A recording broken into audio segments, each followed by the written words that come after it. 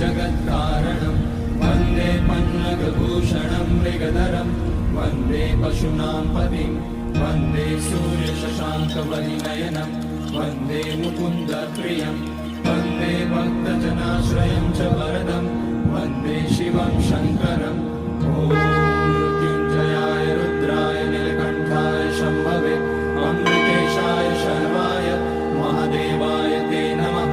नमस्तेऽस्तु भगवन् विश्वेश्वराय महादेवाय त्र्यम्बकाय त्रिपुरान्तकाय त्रिकाग्निकालाय कालाग्निरुद्राय नीलकण्ठाय मृत्युञ्जयाय सर्वेश्वराय सदाशिवाय श्रीमान् महादेवाय नमः।